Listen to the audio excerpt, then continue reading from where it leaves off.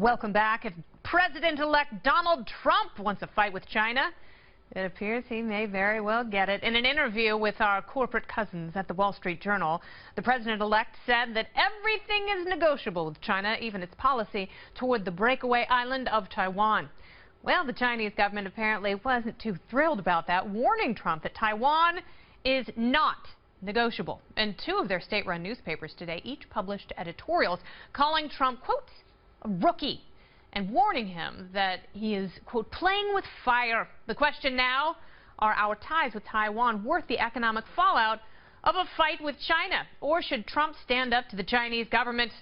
Joining me now, it's John Bolton, former ambassador to the UN and a Fox News contributor. Welcome back, Ambassador. Glad to be with you.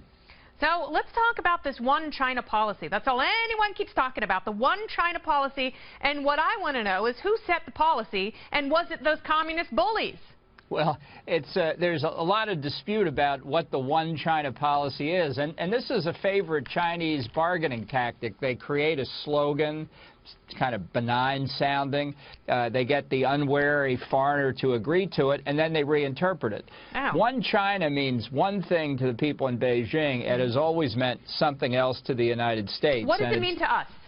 It means that ultimately we acknowledge that in the Shanghai Communique of 1972 that all Chinese on both sides of the Taiwan Strait believe there is only one China and Taiwan is a part of it. The United States acknowledges it and takes note of it. We didn't agree to it, and we particularly didn't agree that one China means Beijing controls. All right, so let's talk a little bit about what China has said in one of these editorials that I referenced.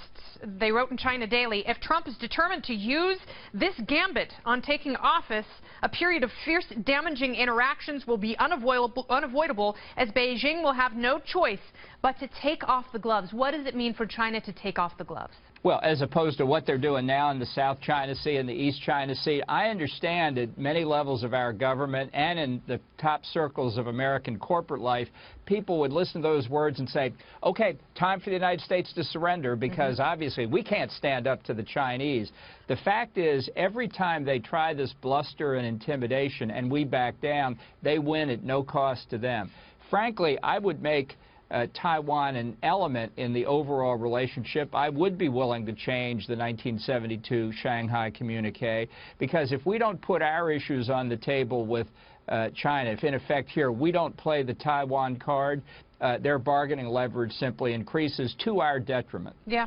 All right. So, you know, there's been obviously a lot of talk about Russia and China, and you have some mixed points of view within the Trump administration, and we saw that particularly with Secretary of State nominee Rex Tillerson. What do you think is more dangerous and problematic for the U.S., Russia or China right now, as both nations stand? Well, I think right now you'd have to say Russia, because of its efforts to increase its influence in the Middle East at our expense and the pressure it's putting on Eastern and Central Europe, the fact that it has a much more extensive and well-developed nuclear capability, its missile forces, its capability to hit the United States. But obviously China is a much bigger country, and the relationship between China and the United States is the biggest issue this century for the United States internationally.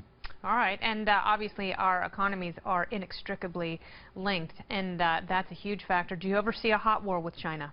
Well, we certainly hope not. Nobody wants that. The question is whether they understand there are limits to what they can do. Because if you simply believe that intertwined economies means they win, then that outcome is not to our advantage. They have as much at stake economically as we do, but when they make territorial claims in the South China Sea, when they create islands on which they build military bases, when they declare an air defense identification zone in the East China Sea, when they seize equipment going from Singapore to Taiwan, when they engage in mercantilist policies in violation of their own international commitments, somebody needs to stand up to them. The United States hasn't done that for 8 years. Yeah. Well, I know two things.